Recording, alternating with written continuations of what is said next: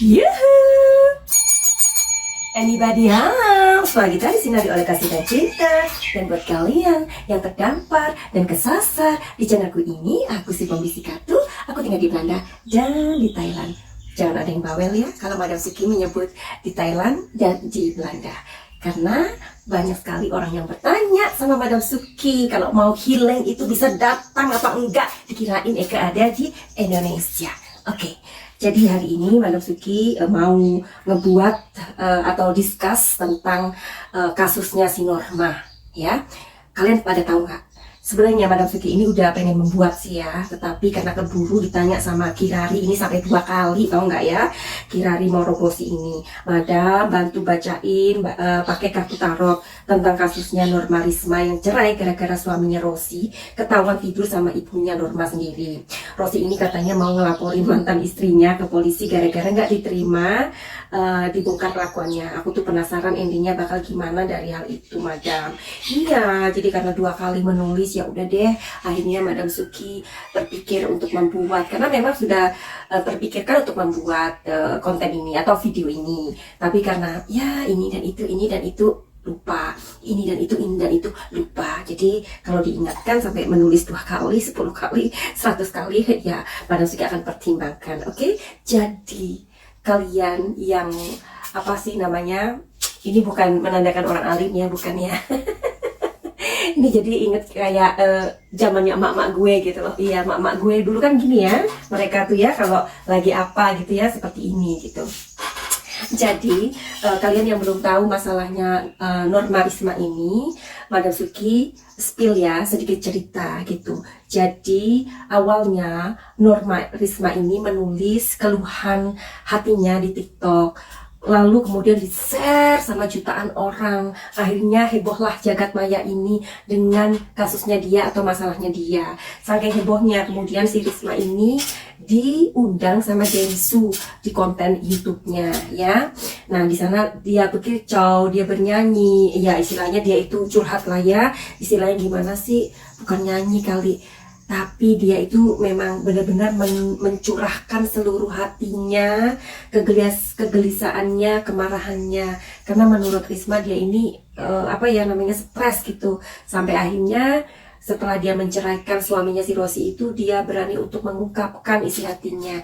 Ternyata dari Risma lah pengakuan itu keluar dari mulutnya bahwa sebenarnya sebelum mereka menikah ini, jadi si Rosi ini ketahuan chat mesum dengan ibunya si Risma. Kebayang gak sih? Dan ternyata lagi sebelum itu Rosi juga gimana ya, ada perempuan lain gitu loh ya, selain mamanya itu. Nah, bapaknya ini kemudian masih tahu sama si Risma, jangan deh diterusin gitu. Tapi karena kebucinan itulah yang akhirnya membuat mereka menikah. Padahal dengan chat mesum itu, ayahnya ini dan seluruh keluarganya itu dikumpulkan. Karena si Rosi itu yang masih pacar ya, itu bersimpuh di kaki ayahnya si Risma, sedangkan ibunya itu ya ngeles-ngeles gitulah ya, beralasan ini itu. Jadi oke lah, akhirnya pernikahan itu pun terjadi. Banyak yang nanya di sini, di mana sih ayahnya si Risma itu atau suaminya si mamanya Risma itu? Dipikirkan dia janda. Ada, suaminya itu ada begitu. Nah, makanya di sini Madam Suki ngelihat sepertinya karakter dari ibunya si Risma ini sangat dominan begitu ya. Sedangkan bapaknya ini adalah tipe-tipe orang yang ngalahan kayak gitu. Singkat cerita, akhirnya mereka pun menikah dan tinggal di rumah orang tuanya tersebut. Dan pada suatu hari Risma memutuskan untuk keluar dari rumahnya orang tuanya untuk ngontrak sendiri. Bagus dong. Nah, di situ mamanya tuh marah-marah, yang maki-maki, tahu nggak? Pokoknya sangat tidak baik ya. Masa si orang tua kok bisa maki-maki anaknya sampai seperti itu. Akhirnya ketika mereka keluar dari rumah tersebut dan si Risma ini kayak buka warung mie kayak gitu ya. Tapi sepertinya si Risma ini mempunyai pekerjaan lain gitu. Karena setelah itu terjadi sebuah huru-hara di mana tetangganya atau masyarakat atau warga di sana itu, di mana lokasi kontrakan si Risma itu, sering tahu ibunya Risma itu datang ke sana pas Rismanya itu nggak ada, dan warungnya itu ditutup. Nah, jadi kan si Risma ini sepertinya punya double pekerjaan begitu ya.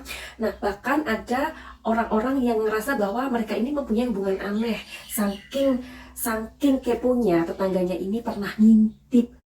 Dan kemudian ada satu warga yang nekat naik ke atas loteng atau ke atap untuk melihat mereka. Karena ibunya si Norma dan Rosi ini, mereka itu masuk ke dalam, warungnya ditutup dan lama nggak keluar-keluar. Dengan kenekatan salah satu warga itulah akhirnya terbongkar bahwa di dalam itu ibunya dan suaminya sedang main kuda-kudaan, kuda lumping begitu ya. Nah, kemudian gegerlah warga di sana dan digerebek. Saat digerebek itu dikasih tahu si Norma ini dan dia langsung kayak nggak bisa ngomong apapun, speechless ya kan. Dan kemudian Norma pun menceraikan si Rosi, dan ayahnya Norma pun menceraikan ibunya. Nah, ibunya ini minta maaf sama si Norma, mengatakan bahwa tolong maafkan mama karena mama ini sudah banyak sekali dibully orang. Maafin mama ya nak, dan tolong dijawab, katanya.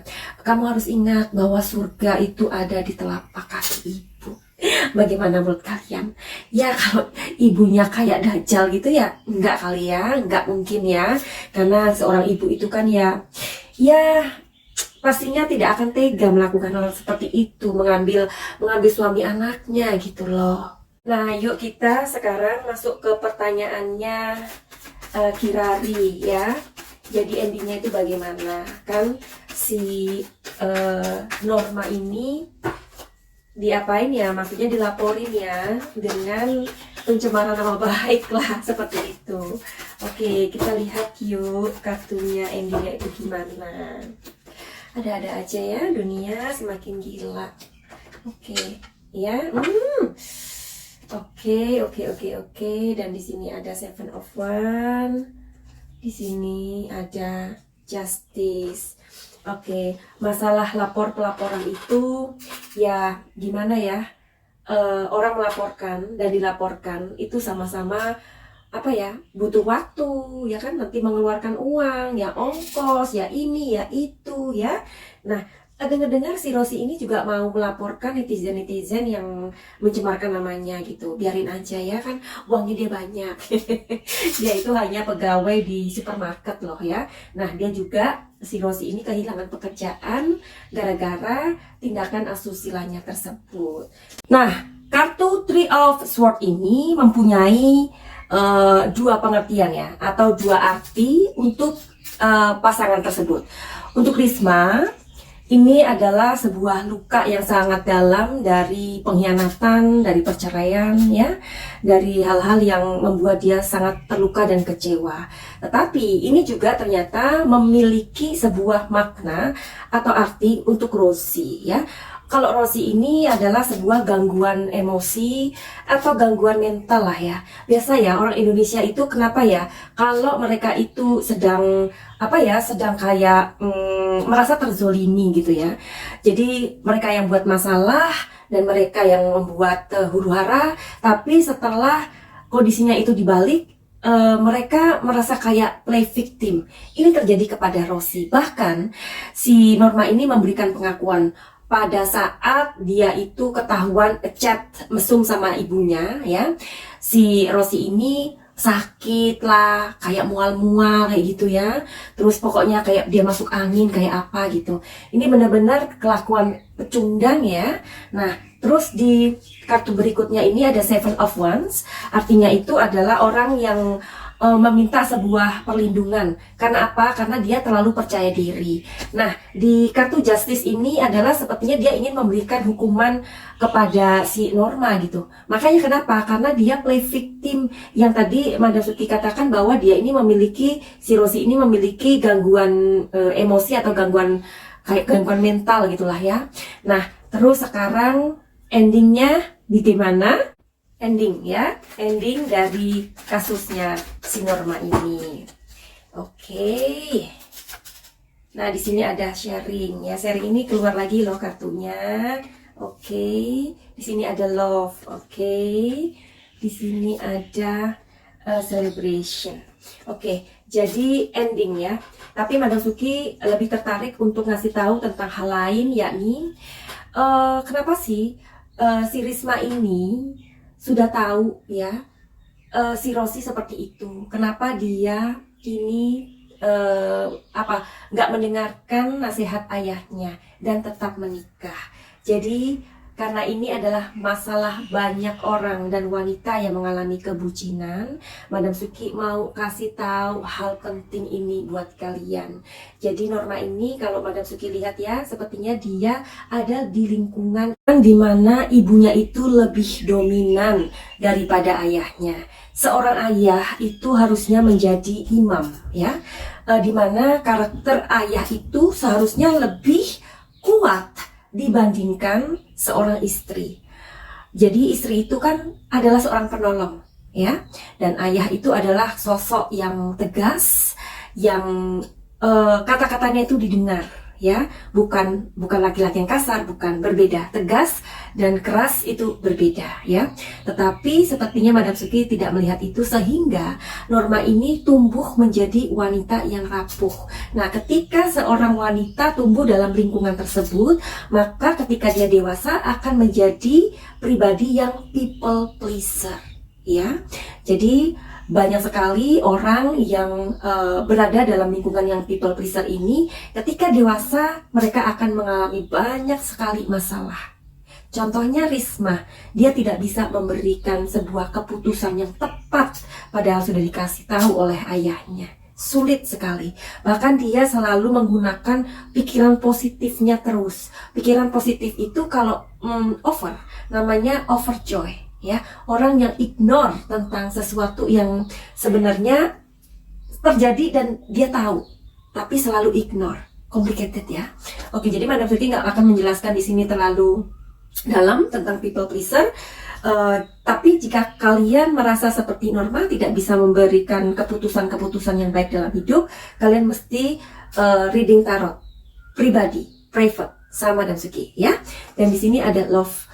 Love ini adalah menunjukkan bahwa dia ini terlalu bucin ya. Madam Suki prihatin ya sama Norma ya sayangnya. Tetapi di sini Madam Suki juga sepertinya Norma harus bisa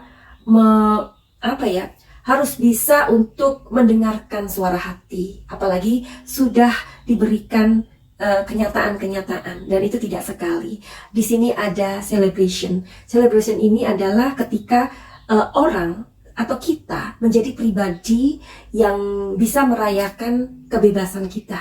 Kebebasan kita itu apa? Ketika kita sadar tentang apa yang terjadi pada saat ini dan kita mengambil keputusan yang tepat. Jadi buat kalian yang mau reading tarot silahkan.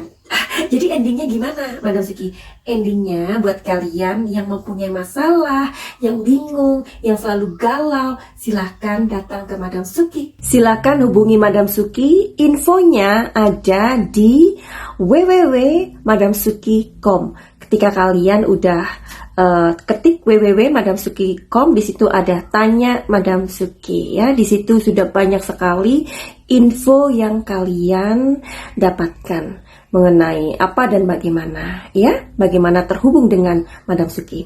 Apalagi ketika orang yang mengalami seperti Norma ini, kondisi people pleaser ya, itu sulit sekali disembuhkan. Kalian harus bertemu dengan orang ya yang bisa untuk mengobati, karena people pleaser itu seperti ya blok mental ya. Jadi hal itu harus dihilangkan, harus di-healing. Nah, jadi ada juga orang-orang yang mengikuti program paket cahaya, di mana mereka mempunyai masalah-masalah seperti Norma ini ya, yang tidak bisa memberikan keputusan, yang selalu bilang iya. People pleaser itu orang yang selalu bilang iya, tidak pernah bisa mengatakan tidak ya. Karena orang-orang people pleaser itu menganggap bahwa ketika mereka memberikan apa yang dimaui atau kemauan orang lain, mereka merasa bahwa setelah itu mereka bisa bahagia gitu loh ya. Makanya mereka tidak bisa mengatakan tidak. Jadi silakan untuk mengikuti reading tarot dulu, karena Madam Suki dari masalah kalian itu, Madam Suki bisa tahu dengan media tarot ini apa yang terjadi dalam kehidupan kalian. Bahkan ada banyak orang yang tidak menyadari, tidak sadar apa yang terjadi kepada dirinya, dan Madam Suki menemukan ini loh masalah kamu yang sebenarnya. Oke, begitu aja. Nanti kita sambung lagi ke video berikutnya. Tolong dibantu untuk share video ini ya. Sebab kalau kalau penontonnya sedikit, sebenarnya Madam Suki itu males gitu ya untuk untuk membuat video kalau nggak banyak penontonnya. Lebih suka membuat videonya inces, karena banyak sekali orang-orang yang hanya melihat judul-judulnya aja terus marah-marah gitu ya, nggak melihat isinya itu bagaimana, dan dikira Madam Suki ini pengen banget untuk yang namanya ngejulitin artis-artis begitu. Ya udahlah, kita kan maunya ngebahas sesuatu yang tren. Finally, begitu aja. Send love and light. Salam cahaya, salam Madam Suki di Thailand. Love you.